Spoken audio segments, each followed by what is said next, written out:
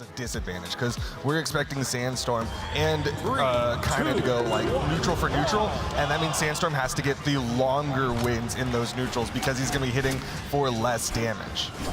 Okay, let's see. We go ahead and we're having the very first match start off here on Demon Island. It looks like Kyna has locked in this Roman Reigns, and Sandstorm is absolutely going to be on that Fenrir Mortix we have come to know and love, and things are fairly even so far to start out. Yeah, just a little bit more damage from Kyna onto Sandstorm. I did see Sandstorm actually go for a weapon toss. There's another one. That's one thing I'm actually kind of expecting from him. It seemed like that's what he's been doing a little bit more as of late, is really utilizing those weapon tosses. And I like that side air there to shove Kyna off stage, but Kyna able to get back onto the wall. Ooh, okay, Sandstorm.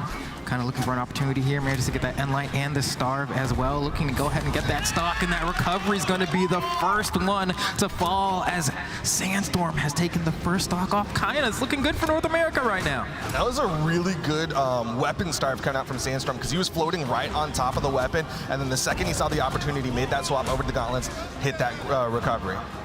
Okay, let's see. I mean, kind of known for the approach to the way that he plays this axe, right? A lot of grounded gameplay. Oh my gosh, forget about what Kyna does. Look at what Sandstorm's doing to him right now. Kind of making him look a little foolish to start out here. Has gotten so much of a lead already in this game one, and still going even further. Kyna finally gets a counter punch, goes for a pump fake with that weapon throw, and Sandstorm does not fall for it, doesn't spot dodge, and is still holding the stage. Yeah, you can see Sandstorm really wants to keep Kyna off the stage. Like Kyna kind of notoriously has a really strong neutral game where he stays very grounded, goes for a lot of axe neutralites, and Sandstorm's like, oh, you can't do that if you're in the open air. Okay, we already see one attempt at a read there. It's not going to work. Kyna does find the stomps here to get the first stock of Sandstorm, but I mean, just the confidence to go for that side sig in game one, no less. Kind of shows where the GOAT's head is at right now. D-Light, gravity cancel, unarmed. N-Sig is going to secure the second knockout, and Sandstorm is on the verge, potentially, of securing game one. That's a really nice lead for Sandstorm, up a full stock over Kyna, and Kyna going to be looking for that weapon spawn. It is going to be the hammer, and I don't think this is what he wants against Sandstorm. He gets caught again from Sandstorm. Oh, Sandstorm making him look foolish, bro. He's like, when I get my hands on you, he don't let go. He's just pummeling and pummeling and pummeling. And I'm just looking for Kyna to, honestly, looking a little bit uncharacteristic right now. It never looks this easy. Yeah, and an odd drop actually from Kyna there. He did a really good job spot dodging the weapon toss down from Sandstorm. Oh, wait, weapon toss not going to hit. Might be a deal like Rampart moment, side light. Oh, he actually goes for the M light. Okay, word. Oh, you see, he goes to gravity cancel side light the other way. Says, I know you're going to ride the wall. Let me just lock this one in. Sandstorm secures game one for North America. Locks in the win, and he's locked in himself. He is not missing a beat. He's just going in there swinging all over Kyna, and I'm really curious how Kyna's going to make an adjustment. Yeah, no, same here, bro, because like there was a lot of adjustments to be made after watching that game one. It's never looked that bad for Kyna ever, I don't think. And so hopefully game two will be a little bit different. We're going right back to Demon Island for game two. That means no platforms, very tiny walls as well. They just want to scrap. Yep. They just want one stage to have to worry about. All right, Kyna trying to play a little bit further back there. Okay, nice. Opportunity. Oh, he doesn't go for the starve there. Actually tries to go for a little bit of an extra hitting advantage and ends up losing the ability to starve Sandstorm, but still has this axe in hand. We love this kind of axe, right? Gets that side light, gets that nair. Hasn't really been able to super extend it though. And then once Sandstorm gets that hit, you know how bad it could feel. Yeah, he fast fell a little far there on that down air on the right side. Now Kyna is the one with the stage control. This is what he loves to do. Starve you out and just hit you with the neutralites because you keep landing back down onto the stage. Nice, man. Just to actually time that dodge perfectly to go through the weapon throw and wake up the gravity cancel to get that N-Light. So great value out of that singular play there, but Sandstorm still with a better dodge of his own. If he went for the recovery there, that might have been the stock of Kyna, but Kyna retaliates with that N-Light, is holding the corner. Will Sandstorm make it back to the stage though? No D-Light I thought we were going to see from Kyna there on the anti-air, but you ask for what you want and then sometimes you just get it. Then he's going to starve out the weapons, delay that next weapon spawn, but he was so damaged on that axe that he gets disarmed immediately. Fortunately, able to pick up that axe, and he's going to go for the three-piece, doesn't get the ground pound. Okay, this is what I'm talking about. This is kind of that kind of gameplay I'm looking for. That N-Sig almost finds the mark there. A lot of patience kind of shown by Sandstorm here as Kyna makes his way back to the stage, but Kyna N-Light galore. This is that classic kind of gameplay I'm talking about. Just N-Light and D-Lights. Let's not complicate it. I'm actually really surprised after that downlight that he chased up into the air. Whoa. Throws out a gravity cancel down sig. Might be just trying to feel out Sandstorm, see how he's going to react. But Sandstorm burns a dodge there and kind of full capitalization. The weapon toss up recovery to finish that one off. And I like that option a lot because we did see Sandstorm burn the dodge earlier there, and so the weapon throw is going to make it so that actually, like, if you want to go for, like, I don't know, axe recovery to KO off the top, there's a lot of startup to that. So go for the weapon throw, go do it unarmed, and that's exactly what Kyna did to go ahead and secure that. Speaking of axe recovery, the nair is enough off the top. The nair? Dude. What? I thought that was illegal. I don't, that has like no variable force. Never happens. That literally never happens. Dude, the only time I've ever seen an Axe Nair KO off the top was in like 2015 when Axe Nair had variable force and Bryn would just do Nair recovery, Nair recovery.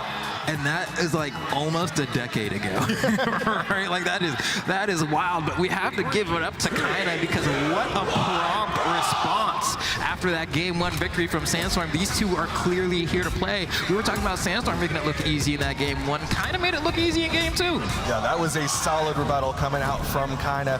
Sandstorm now into game number 3. He's got the gauntlets to go up against Kyna. Both of them playing a little bit closer to each other. Sandstorm obviously wants to stack up onto Kyna. He's trying to fast fall on top of him, but Kyna going for the stacked options, whips the down sig.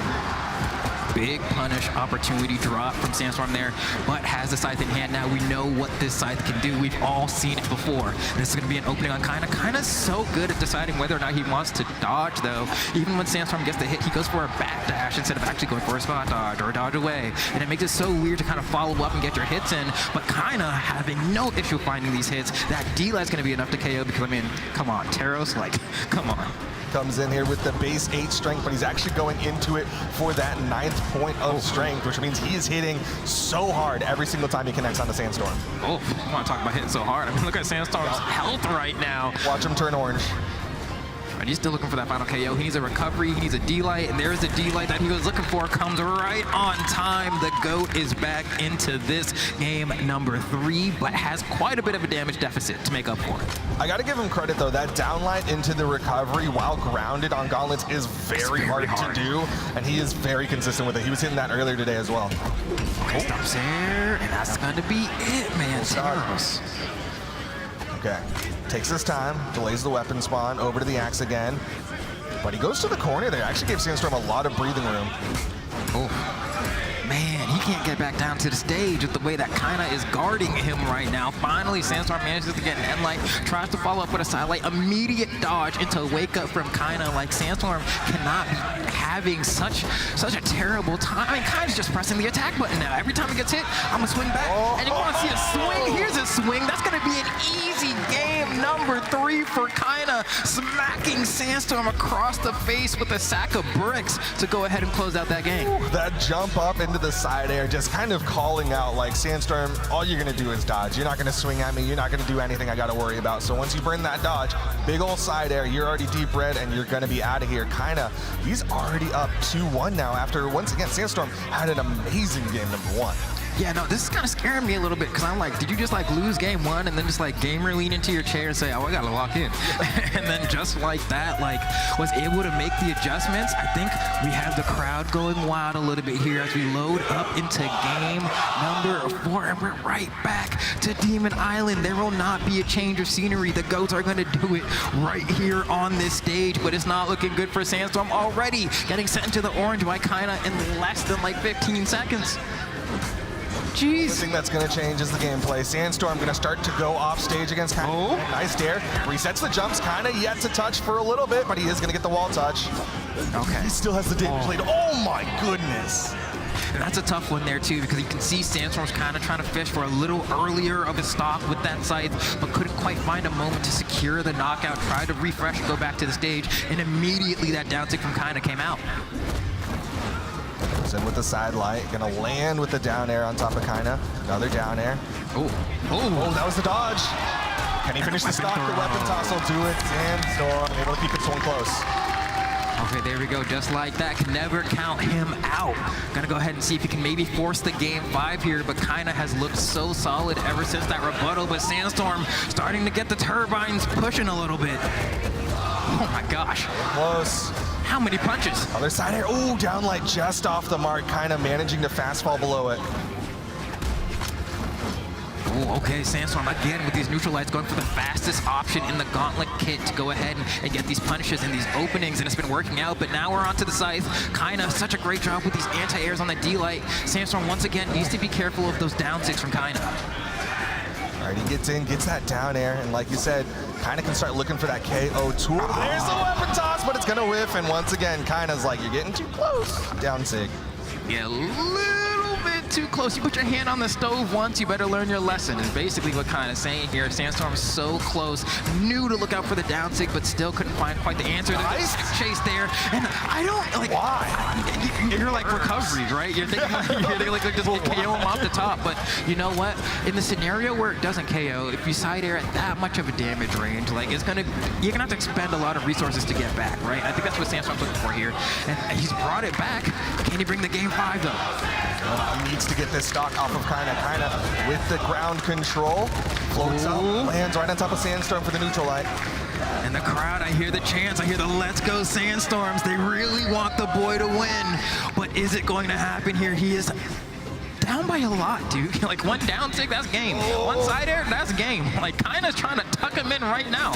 Neutral light from the right spot could also do it. Kyna knows that he's almost got this one in the bag. Can't take another one of those. One more end light, a D-light will be enough, and Kyna is able to defeat Sandstorm here 3-1, and a pretty convincing, I'd say 3-1. That first game, of course, you know, was, as we pointed out, like, whoa, what's going on, Kyna? And then, yeah. Walks in. Yeah, no. Like, good one, kid. Now it's time for me to 3-0 you. Gamer lean for sure. You locked in, but still, you know, we still got to go here. Yeah. We still got him. It's not done. like he's not going nowhere. We'll see more of him later.